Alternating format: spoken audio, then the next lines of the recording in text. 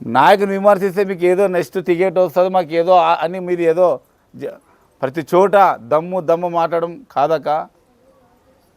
4 సార్లు ఎమ్మెల్యే గెలిచింటారక వాళ్ళు. మంత్రాలయం బాలనాగరెడ్డి అన్న కూడా 4 సార్లు ఎమ్మెల్యే గెలిచినారు. ఆయన కూడా దమ్ము గురించి మాట్లాడుతున్నారు. పత్రికా విలేకరులకు అందరకు నమస్కారం. నిన్న 2 ఏళ్ల పరిపాలన విజయోత్సవం సభలో నిన్న కూటమి ప్రభుత్వం సభ జరుపుకోవడం జరిగింది. ఆ సభలో మా అక్క కృష్ణమ్మక్క, మా ఎమ్మెల్యే సాయి ప్రసాద్ రెడ్డి, మా అన్నని, మా నాయకుడిని కొన్ని మాటలు మాట్లాడింది. మీ గోవింద అనుకుంటూ మీకు టికెట్ రాదని చాలా అక్క ఈ విధంగా మాట్లాడింది. అక్క, టికెట్ ఇచ్చేది మీరా, మీ పార్టీ నాయకుల? మీ కూటమి నాయకులు ఇస్తున్నారా వైఎస్ఆర్ ఏమన్నా టికెట్స్? ఈరని మీరెందుకు ఎట్లా చెప్తారక్క? పార్టీ టికెట్లు ఇచ్చేది హైకమాండ్ నాయకులు, పార్టీ నాయకుడు. గెలుపు ఓటమని నిర్ణయించేది ప్రజలు. ఈ రెండు మధ్యలోనే ఉంటుంది.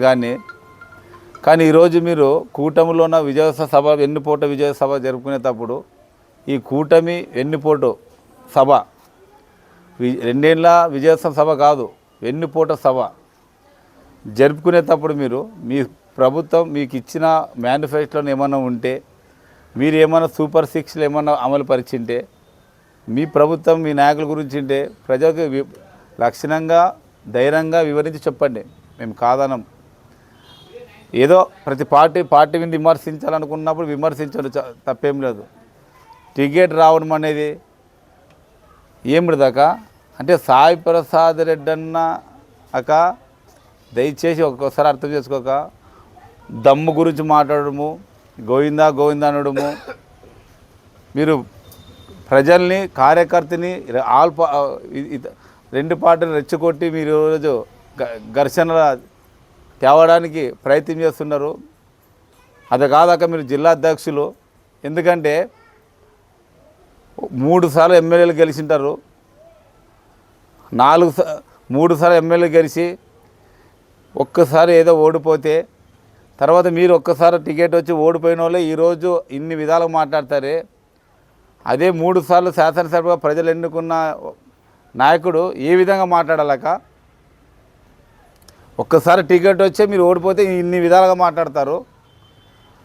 అదే 3 సార్లు గెలిచి ఈరోజు 15 ఏళ్ళు పరిపాలించిన నాయకుడు ఏ విధంగా మాట్లాడాలి అక్క? మాట్లాడద్దని కూడా చెప్పడానికి కూడా కొద్ది ఉండాలి అక్క. నోరంతా మరి అబద్ధాలకు కూడా ఒక అద్దు ఉంటుంది. ఎందుకంటే సాయి ప్రసాద్ రెడ్డి అన్న 15 ఏళ్ళు ఏం చేయలేదు, నిల్లు 0 అని అంటున్నారే. రాడక 15 ఏళ్ళకి చర్చగా సిద్ధమా?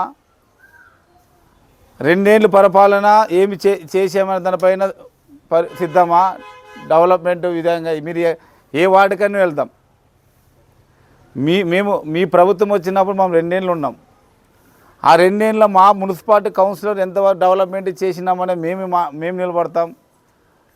మీ 2 ఏళ్ళలో ప్రభుత్వం ఫండ్స్ ఎంతవరకు డెవలప్మెంట్ తీసుకొచ్చినారో, ఎంత చేసినారో, ఏ ఫండ్ ఏ గ్రాంట్కి ఎంత డెవలప్మెంట్ చేసినారో అది మాట్లాడతాం. ప్రజలకి పని చేయలేక ఇక్కడ నాయకులు విమర్శిస్తే ఓట్లు పడతావు అనుకోవడం పొరపాటు. నాయకుని విమర్శిస్తే మీకు ఏదో నెక్స్ట్ టికెట్ వస్తుంది మాకు ఏదో అని మీరు ఏదో ప్రతి చోట దమ్ము మాట్లాడడం కాదక. 4 సార్లు ఎమ్మెల్యే గెలిచింటారక వాళ్ళు. మంత్రాలయం బాలనాగరెడ్డి అన్న కూడా 4 సార్లు ఎమ్మెల్యే గెలిచినారు. ఆయన కూడా దమ్ము గురించి మాట్లాడుతున్నారు. ఇంకా 4 సార్లు గెలిచింటారు, దమ్ము గురించి కనిపిదాకా మనకి? మళ్ళీ దమ్ము గురించి మాట్లాడేది మనకు అవసరమా?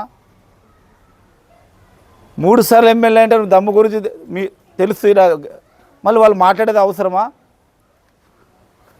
ఏదన్నా మాట్లాడితే ప్రజలకి ఏం మెసేజ్ ఇస్తాం, మనం ఏం మాట్లాడాలని ఆలోచించాలా. దమ్ము గురించి ఎలక్షన్ వచ్చి నోటిఫికేషన్లు వచ్చినప్పుడు మాట్లాడదాం. టికెట్ల గురించి ఇప్పటికేది ఎప్పటికదే మా వైఎస్ఆర్ కాంగ్రెస్ పార్టీ ఆదోళనలో సాయి ప్రసాద్ రెడ్డి అన్న గారు ఆధ్వర్యంలో ఏ నాయకుడన్నా పనిచేయడానికి ఈరోజు కట్టుబడి ఉన్నారు. సాయి ప్రసాద్ రెడ్డి అన్న ఏది ఆదేశిస్తే ఆ ఆదేశాల మేరకు పార్టీ ఈరోజు పనిచేస్తున్నాం. మేము మీలాగా కూటమి ఉన్నా నాయకులున్నా ఎవరు ఇష్టంతారు వచ్చినట్లు వాళ్ళు లీడర్లు అనుకుని ఎవరు ఇష్టం వచ్చినట్లు వాళ్ళు మాట్లాడడం సిస్టమ్ కాదక్క మాది ఇలా పార్టీలో ఉండేది. ఈరోజు మీనాక్షి నాయుడు ఈడ పార్టీ ఇన్ఛార్జి కనీసంలో అధ్యయనంలో ఏదన్నా జరగాల మీ కూటమి నాయకులు టీడీపీలో కూడా ఆ మాటకు వస్తే ఈరోజు అలాంటి పెద్ద మనుషులు అది కాదని మళ్ళీ మీరు ఇష్టం వచ్చినట్టు మాట్లాడతారు. అది మీ సంస్కృతి పార్టీ. మా పార్టీ నాయకుడు ఆదేశాలు ఆ నాయకుడు కనసాగులో పరిధిలో క్రమశిక్షణలో మేము ఈరోజు పనిచేస్తాం ప్రజలకు కానీ పార్టీకి కానీ. అలాంటి వ్యక్తులేక వైఎస్ఆర్ కాంగ్రెస్ పార్టీ ఒక సిద్ధాంతం, గొడ్డల పార్టీ. మీరు వెన్నుపోటు పార్టీ కదా, కాదు మర్చిపోయినారా? వెన్నుపోటుతో వచ్చిన ఈరోజు మీరు ప్రభుత్వం మేనిఫెస్టోలో ఏం చేశారంటే మేము ఇది చేసినాం, బస్సు ఇచ్చినాం. బస్సు ఎన్ని బస్సులు ఇచ్చినారు? 5 ఉండే చోట 10 ఉండే చోట 5. ఇవన్నీ చెప్పుకుంటూ పోతే ఇట్లే రోజు ఇదే ఉంటుంది. సిలిండర్ ఇచ్చినామంటారు, సిలిండర్లు ఇచ్చామంటారు. సిలిండర్లు ఏ ఇంటికి ఎన్ని ఇచ్చినారు, ఏ ఇంటికి ఎంత సబ్సిడీ పడిందో పోదాం పండగ అడుగుదాం. పెన్షన్లు ఇచ్చినారు, ఇచ్చింది అని చెప్పుకుంటాం, తప్పేముందాక? అక్క మీకు ఒక విషయం తెలుసా? జగన్మోహన్ రెడ్డి పెన్షన్లు ఇంటి దగ్గర ఇవ్వడానికి పెట్టింది సిస్టమే జగన్మోహన్ రెడ్డి. అక్క ఈరోజు మీకు ఇప్పటి కదాక స్థానిక వచ్చినప్పుడు, జనరల్ ఎలక్షన్ వచ్చినప్పుడు మీరు ప్రజలు మోసం చేసిన ఆ రోజు ప్రజలకు వివరిస్తాం. ఇప్పుడు చెప్తే కాదు కదా. ప్రజలకి ఎంత దూరం అయినారో జగన్మోహన్ రెడ్డి మీ ప్రభుత్వం వచ్చా మళ్ళీ జగన్ అంటే ఏమని ప్రజల్లో జనంలో ఉందన్న గుండెల్లో అనేది ఆ రోజు మాట్లాడతాం. ఈరోజు ఎలక్షన్లు కాదు కదా. మీరు డెవలప్మెంట్ గురించి మాట్లాడేటప్పుడు, మీ పార్టీ గురించి మాట్లాడేటప్పుడు వెన్నుపోటు ప్రోగ్రాం విజయోత్సవం పెట్టుకున్నప్పుడు చెప్పండి, తప్పేం లేదు. మా పార్టీ నాయకు తిరిగితే నీకేదో వస్తుంది, నీకేమో పార్టీ నుంచి మెప్పంతారు. ఇవన్నీ మీ వ్యక్తిగత స్వభావం కోసం మాట్లాడతారు. కానీ ఆపోజిషన్ని లీడర్ని మాట్లాడేటప్పుడు ఎక్కడైనా కానీ దయచేసాక మీరు రాజకీయాలు ఎదగాలనుకుంటారు. ఎదిగేటప్పుడు ఏ విధంగా మాట్లాడాలి, ఏ విధంగా మనం కౌంటర్ చేయాలని కూడా మంచిదాకా. ఏదో పార్టీ నాయకుడు మనకి ఏదైనా ఈరోజు మెచ్చుకుంటాడు, ఒకరు తిడితే మనకు వస్తుంది అనుకోవడం అది ఆ రోజు గారికి ఏ పార్టీ అయినా కానీ మనము ప్రజలకు ఏం చేస్తామనే దానిపైన మాట్లాడాలి. ఇప్పుడు సాయి ప్రసాద్ మెడికల్ కాలేజు ఇప్పుడు మీ వ్యాపారం కోసం అంటారు. ఏం మెడికల్ కాలేజ్ ఏమన్నా ఎట్లా మాట్లాడుతున్నారు?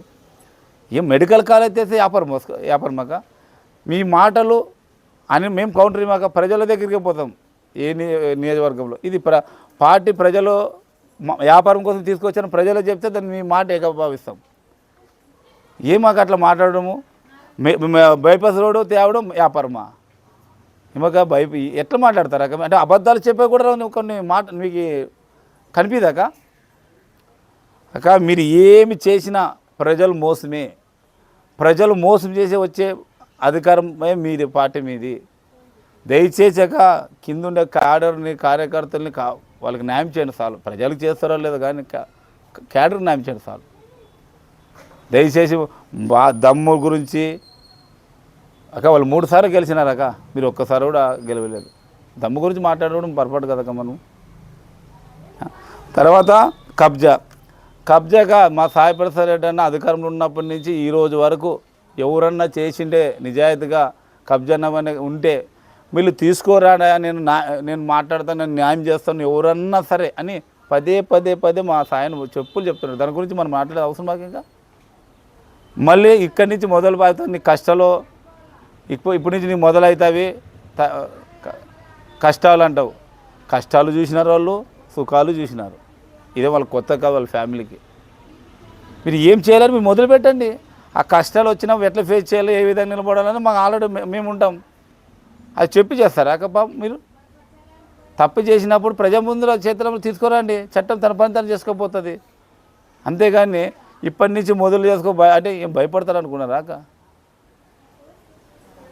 దయచేసాక కృష్ణమ్మక్క, నీవు ఏదన్నా ఆదోనికి జిల్లా అధ్యక్షుడు అయిన తర్వాత ఏదైనా ఆదోనికి ఏదన్నా మంచి చేయాలనుకుంటే నీ నాయకునితోనా ఏదైనా ఫండ్స్ ఏదన్నా ఈరోజు మాం చేయలేని పనులు ఏమైనా ఉండొచ్చు, ఆ పనులు మీరు చేయండి, ప్రజలు చేయండి, మీకు మంచి పేరు వస్తుంది.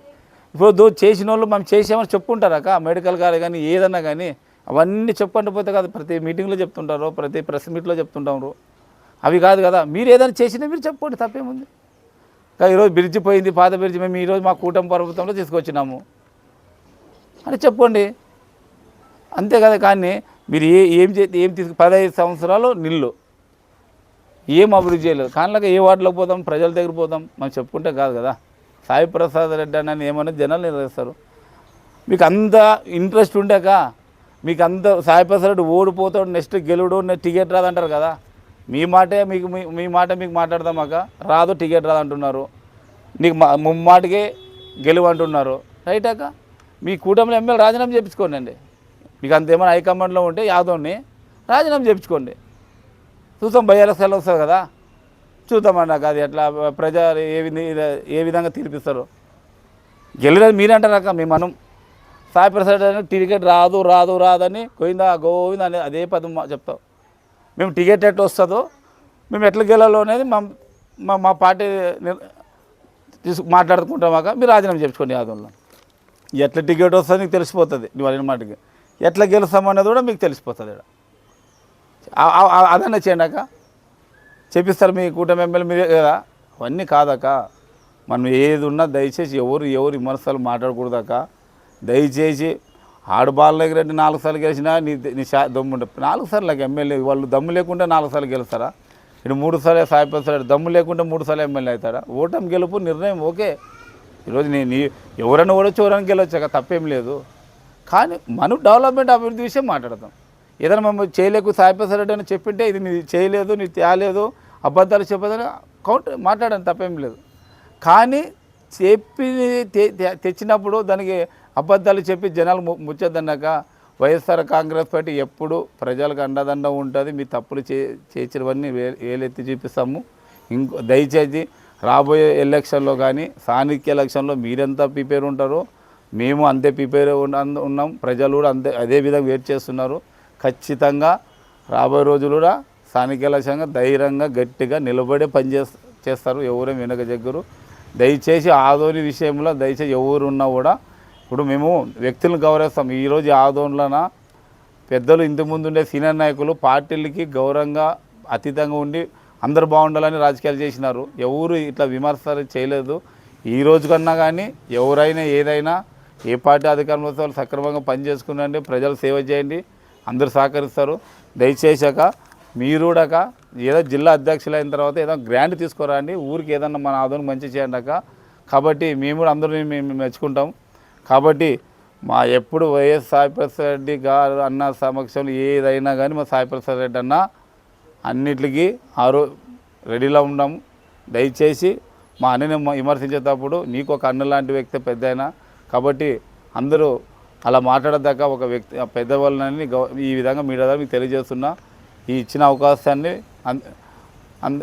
ప్రజలకు కానీ మీడియాకు కానీ నమస్కారం చేస్తున్నాను. నరసింహులు మున్సిపల్ మాజీ వైస్ చైర్మన్.